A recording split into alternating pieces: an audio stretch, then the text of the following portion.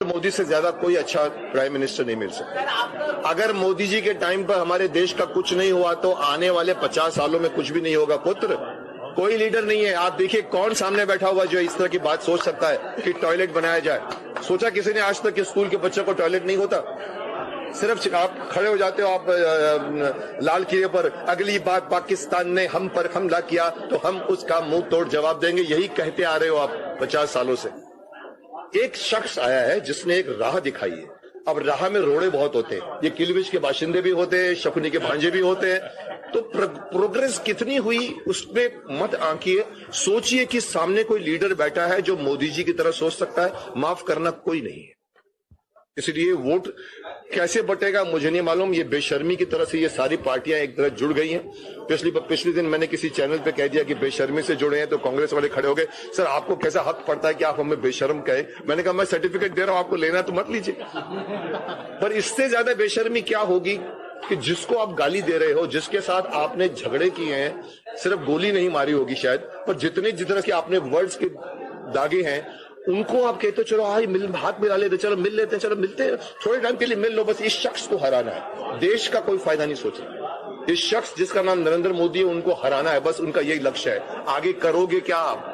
उनकी कुर्सी को हटा के बैठ जाओगे, फिर देश 50 साल तक आपको देखेगा क्या कर रहा है बताओ, आपको पता नहीं होगा। माफ कर जी सर। देखिए देश को चलाना बहुत मुश्किल है। ये भारत देश है, ये इतना आसान नहीं है। 4 साल दिए आपने, दूसरी पार्टी को 50 साल दिए आपने। पेट्रोल के पाइप उस जमाने भी ज्यादा थे। आज अगर मैं कह रहा हूं कि मैं ये कर दूंगा, अगर मेरे बीच में अगर किलबिश के बाशिंदे आ जाते हैं, अगर शकुनी के भांजे आते, तो मेरी स्पीड ऐसे फिर ऐसे होगी। तो ये पेट्रोल की वजह से सरकार मत चूज कीजिए।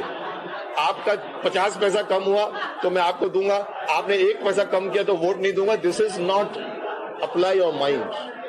सोचिए, बहुत कुछ मैं समझता हूं लोगों ने नुकसान, बहुत कुछ तकलीफें नोटबंदी में भी उनको हुआ है, बहुत कुछ उन लोगों को जीएसटी में भी हुआ होगा। बट भारत के भाग्य विधाता, मतदाता भाइयों एवं बहनों, आप सबको नरेंद्र मोदी के नमस्कार। आपका वोट सिर्फ किसी को पराजित करने के लिए नहीं है, आपका वोट भारत के भाग्य को बदलने के लिए है। लोकतंत्र की मांग है हम जाति बिरादरी से ऊपर उठे, संप्रदायवाद से ऊपर उठे, सबका साथ सबका विकास। मैं आज हिंदुस्तान के हर गली मोहल्ले में हर मतदाता से मैं खुद के लिए वोट मांगने आया हूं कि आप कमल के निशान पर बटन दबाइए। आपका वोट सीधा सीधा मुझे मिलने वाला है और मैं आपको भरोसा देने आया हूं कि मैं आपके सपनों को पूरा करने में कोई कसर नहीं छोड़ूंगा। फिर एक बार आपको मैं मतदान करने के लिए प्रार्थना करता हूं।